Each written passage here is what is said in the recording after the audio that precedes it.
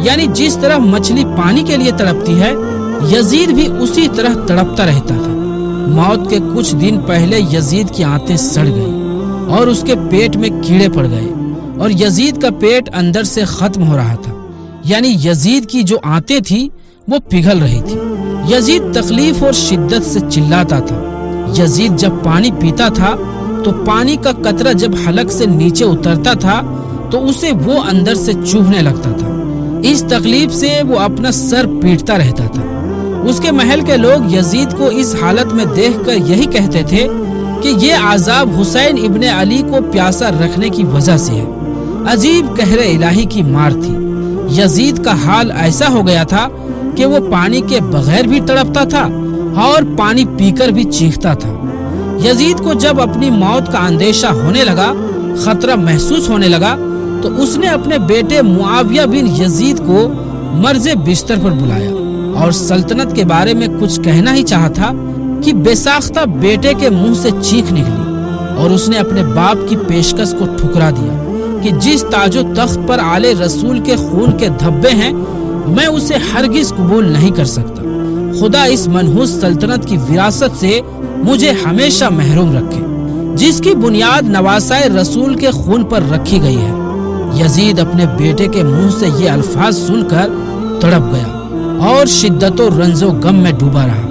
پیارے دوستو، آپ کو بتا دیں کہ کربلا کی جو جنگ ہوئی تھی یہ یزید اور امام حسین کے بیچ نہیں تھی، بلکہ یہ حسینیت اور یزیدیت کے بیچ کی لڑائی تھی، کیونکہ اگر دو لوگوں کے بیچ کی لڑائی ہوتی تو یزید جیت گیا تھا۔ یہ سبھی کو پتا ہے کہ امام حسین شہید ہو گئے تھے اور یزید تخت تاج پر قابض ہو گیا تھا، مگر یہ لڑائی نظریات کی تھی، اس لیے یزیدیت ہار گئی اور حسینیت آج بھی زندہ ہے۔ ساتھ ہی اس لڑائی کے ساتھ یزیدیت کا جنازہ نکل گیا۔ وہ تخت و تاج جس کے لیے یزید نے اتنا سب کچھ کیا تھا، اس تخت پر اس کے اپنے بیٹے نے ہی تھوکا۔ یزید کو ایک بھیانک بیماری ہو گئی جس کارن یزید بیماری کا گرفتار ہو گیا۔ یزید کی بیماری کا یہ حال تھا کہ کولینج کی بیماری کے کارن یہ حال تھا کہ اس کی آنتیں جلنے لگی تھی۔ وہاں کے حاکم پریشان ہو کر کہنے لگے، یہ کیسی بدترین بیماری ہے کہ اس میں پیٹ اندر سے جل رہا ہے۔ اس بیماری کی وجہ سے یزید کو اتنی پیاس لگتی تھی کہ وہ پانی کے لیے ترستا تھا، لیکن جب یزید پانی پیتا تھا تو وہی پانی یزید کے پیٹ کو جلاتا تھا۔ اس کارن یزید اپنا سر پیٹتا رہتا تھا۔ یزید وقت کا بادشاہ ہونے کے بعد بھی پانی کی ایک بوند کے لیے ترستا تھا۔ جب یزید اپنی بیماری کی انتہا کو پہنچ گیا تو اپنے بیٹے کو بلا کر کہا کہ بیٹا، میرا اب کچھ بھروسہ نہیں ہے، مجھے موت کبھی بھی آ سکتی ہے، اس لیے اب تو میرے تخت کو سنبھال، یعنی اب تو میرے تخت پر بیٹھ جا۔ لیکن یزید کا بیٹا معاویہ تخت پر بیٹھنے کے لیے راضی نہیں ہوا اور یزید سے کہنے لگا کہ جیسے زمانہ آپ پر لعنت کرتا رہا ہے ویسے ہی مجھ پر بھی لعنت کرے۔ نہیں، ہرگز نہیں، میں اس تخت پر نہیں بیٹھوں گا۔ یہ تخت نواسائے رسول کے خون سے رنگا ہے، اس لیے میں اس تخت پر لعنت کرتا ہوں۔ اس کے بعد یزید کی بیماری اور بھی بڑھ گئی اور عرب کے ہر قسم کے نشے یزید کے سامنے پیش کیے جانے لگے تاکہ یزید کو بیماری کا درد محسوس نہ ہو اور وہ ہر وقت نشے میں رہے اور وہ پیاس کے لیے نہ تڑپے۔ اسی نشے کی حالت میں یزید اپنے سپاہیوں سے کہنے لگا کہ میرا بندر کہاں ہے جو ہمیشہ میرے ساتھ رہتا تھا؟ تو پھر سپاہیوں نے کہا کہ شاید وہ جنگل کی طرف گیا ہے۔ یزید اپنے سپاہیوں کے ساتھ گھوڑے پر بیٹھ کر جیسے ہی باہر گیا تو گھوڑے نے نواسائے رسول کے قاتل کو اپنے پیٹھ سے گرا دیا اور یزید کا پاؤں گھوڑے کے رکاب میں پھنس گیا۔ وہ گھوڑا دوڑتا رہا اور یزید زمین پر گرتے ہوئے اس کا سر ایک پتھر سے جا ٹکرایا، مگر وہ گھوڑا نہ رکا، یہاں تک کہ یزید کا پورا جسم خون سے لت پت ہو گیا۔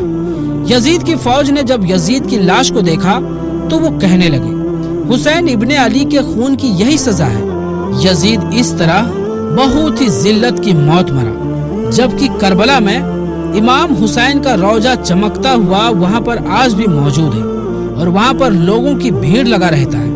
پیارے دوستوں، یزید پلید کی موت کی ایک وجہ یہ بھی بتایا جاتا ہے کہ وہ ایک رومیو نسل لڑکی کے عشق میں گرفتار ہو گیا تھا، مگر وہ لڑکی اندرونی طور پر اس سے نفرت کرتی تھی۔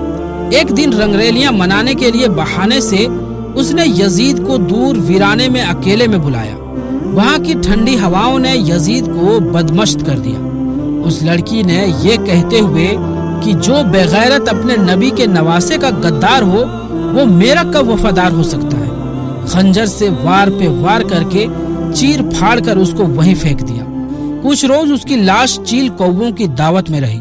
آخرکار ڈھونڈتے ہوئے اس کے نوکر چاکر وہاں پہنچے اور گڈھا کھود کر اس کی سڑی ہوئی لاش کو وہیں دفنا دیا۔ پیارے دوستوں، یزید کی قبر کہاں ہے؟ تو آپ کو بتا دیں، یزید کی قبر مجول دمشق میں ہے۔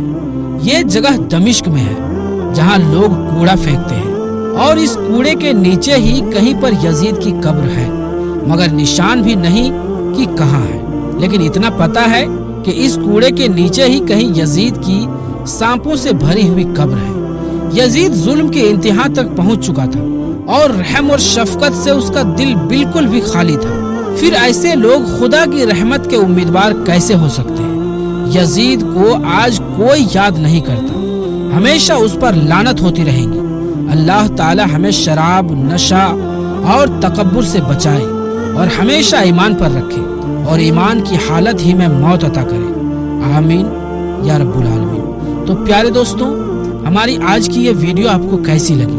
اگر یہ ویڈیو آپ کو اچھی لگی ہو تو ویڈیو کو لائک کریں اور اس ویڈیو کو اپنے دوستوں، رشتہ داروں میں زیادہ سے زیادہ شیئر کر دیں تاکہ لوگوں کو یزید کے موت کے بارے میں پتہ چل سکے کہ کتنا دردناک موت ہوا تھا۔ تو پیارے دوستوں، آج کے لیے بس اتنا ہی۔ انشاءاللہ ملیں گے پھر کسی نئی ویڈیو میں، تب تک کے لیے السلام علیکم، اللہ حافظ۔